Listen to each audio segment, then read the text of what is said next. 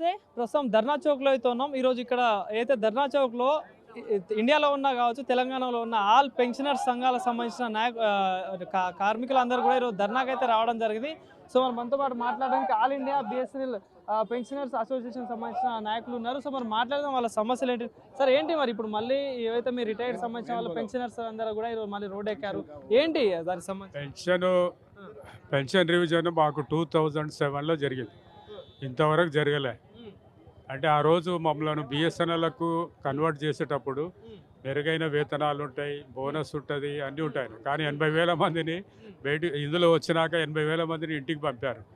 Bonus పోయింది, జీతాలు నెల నెలకు దొరకడం లేదు. ఇప్పుడు ఏంటంటే పోటీలో లేకుండా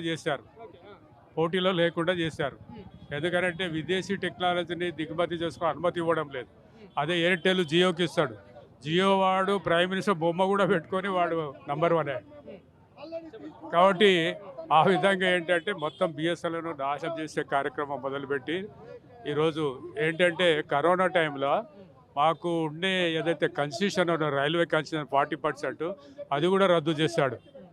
ఒక పక్క సెంట్రల్ గవర్నమెంట్ అన్ని సంఘాలకు కానీ అన్ని కార్మికులకు అందరికీ న్యాయం చేస్తా ఉన్నాం, అన్ని ఇస్తా ఉన్నట్టు మన రీసెంట్గా అమిత్ షా గారు కూడా మాట్లాడారు. 4 కోడ్స్ ఏదైతే తెచ్చారో అందులో సంఘం పెట్టుకునే హక్కు లేదు, సమ్మె చేసే హక్కు లేదు.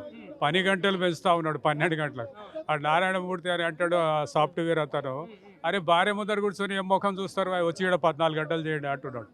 అంటే ఆ రోజుల్లో 8 గంటల కోసం రక్తం చిందించి ఏదైతే 8 గంటలు సాధించుకున్నామో ఈరోజు మోడీ గవర్నమెంట్ తీసేసి 12 గంటల పని విధానం అమల్లోకి తెస్తూ ఉంది. 4 కోడ్స్ అంటేనే అది.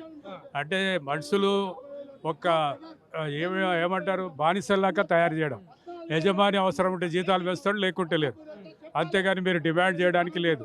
ఎన్ని గంటలు పని చేయమంటే అన్ని గంటలు పని చేయాలి.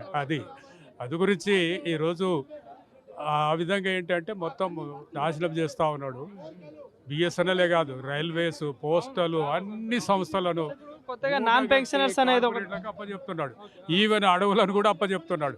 అడవుల్లో ఉన్న ఖనిజాలు కొల్లగొట్టి అదానికి అప్పచెప్పడానికి అక్కడ నక్సలైట్లు ఉన్నారని చెప్పి కాల్చిపడేస్తూ ఉన్నాడు. ఆదివాసులను అక్కడ ఎలగొట్టి మొత్తం అదానికి అప్పచెప్పాలనేది. అందుకొరకు ఈ విధంగా ఏంటంటే మొత్తం ప్రభుత్వ రంగ సంస్థలు కానీ ఏది కూడా సరిచేయడు. లేడీస్ మీద కూడా అత్యాచారాలు ఎక్కువైపోయినాయి. ఆయన వచ్చినప్పటి నుంచి పథకాలు తీసుకొచ్చిన అమ్మాయిల మీద కూడా హరాస్మెంట్, సెక్సువల్ హరాస్మెంట్ చేశారు. ఈరోజు మణిపూర్ మంటల్లో కాలబడిపోతూ ఉంది. ఆడపిల్లలను నగ్నంగా ఊరేగించి రేపు చేసి వాళ్ళని చంపేశారు. ఆయన కూడా శ్రీరామ రక్షణే మోడీ అని మాట్లాడుతూ ఉన్నారు కొంతమంది నాయకులు. ఇప్పుడు ఏమంటే మోడీ ఏం చేశాడు, ఈ సమస్యల నుంచి మైండ్ డైవర్ట్ చేయడానికి ఆయన ఏం చేశాడంటే సరిహద్దు తగాదాలు లేకుంటే పరమత ద్వేషం, ఈ రెండే ఉన్నాయి ఆయన దగ్గర. ఒకసారి ఆవులు అంటాడు, ఒకసారి ఆలయాలు అంటాడు, మరొకసారి పోయినసారి మీరు చూశారు మంగళసూత్రాలు మతం గురించి మాట్లాడాడు. ఇంతకు ముందేమో సైనికులు చనిపోతే వాళ్ళ ఫోటోలు పెట్టుకొని అడిగాడు. అంటే సరిహద్దు తగాదాలు ఒకసారి చూపుతాడు, ఓట్లు వేయించుకుంటాడు. ఇదే కానీ ప్రజల సమస్యలు ఇవి నేను పరిష్కారం చేసినా చెప్పడం లేదు. ఒక ప్రశ్న సార్, ఎందుకంటే ఇప్పుడు రాజకీయ నాయకులు ఎమ్మెల్యేలు కావచ్చు, ఎంపీలు కావచ్చు, ఎమ్మెల్సీలు కావచ్చు, వాళ్ళకి పెన్షన్ విషయంలో లేని నియంత్రణ ఎంప్లాయీస్ మీద ఎందుకు విధిస్తూ ఉన్నారంటే? ఎందుకంటే ఎక్కువ మంది ఉన్నాం కదా మేము, ఇదంతా కూడా వీళ్ళకే పోతుంది, ఖజానా ఖాళీ అవుతుంది అని జయప్రకాష్ నారాయణతోన చెప్పిస్తున్నాడు. టైమ్స్ ఆఫ్ ఇండియా కూడా చెప్పింది, మీకు తెలుసో లేదో. టైమ్స్ ఆఫ్ ఇండియా కూడా ఏంటంటే ఈ ఓపీఎస్ వల్ల ఖజానా అంతా ఖాళీ అవుతుంది. ఇది ఖాళీ కావడం వల్ల సంక్షేమ పథకాలు కొనసాగవు. కాబట్టి మీరు వీళ్ళందరినీ ఎన్పిఎస్ల నేషనల్ పెన్షన్ స్కీమ్లో పడేయండి, తక్కువ పెన్షన్ ఇస్తే సరిపోతుంది. ఓపీఎస్ అంటే వాళ్ళకు పెన్షన్ ఎక్కువ పోతూ ఉంది కాబట్టి ఆ విధంగానే జయప్రకాష్ నారాయణ కూడా అంటున్నాడు. అంటే వాళ్ళతోనే అనిపిస్తున్నాడు. వాళ్ళైతే తీసుకుంటున్నారు, వాళ్ళు 5 సంవత్సరాలు పనిచేసి ఎమ్మెల్యే ఎంపీలు వాళ్ళు తీసుకుంటారు.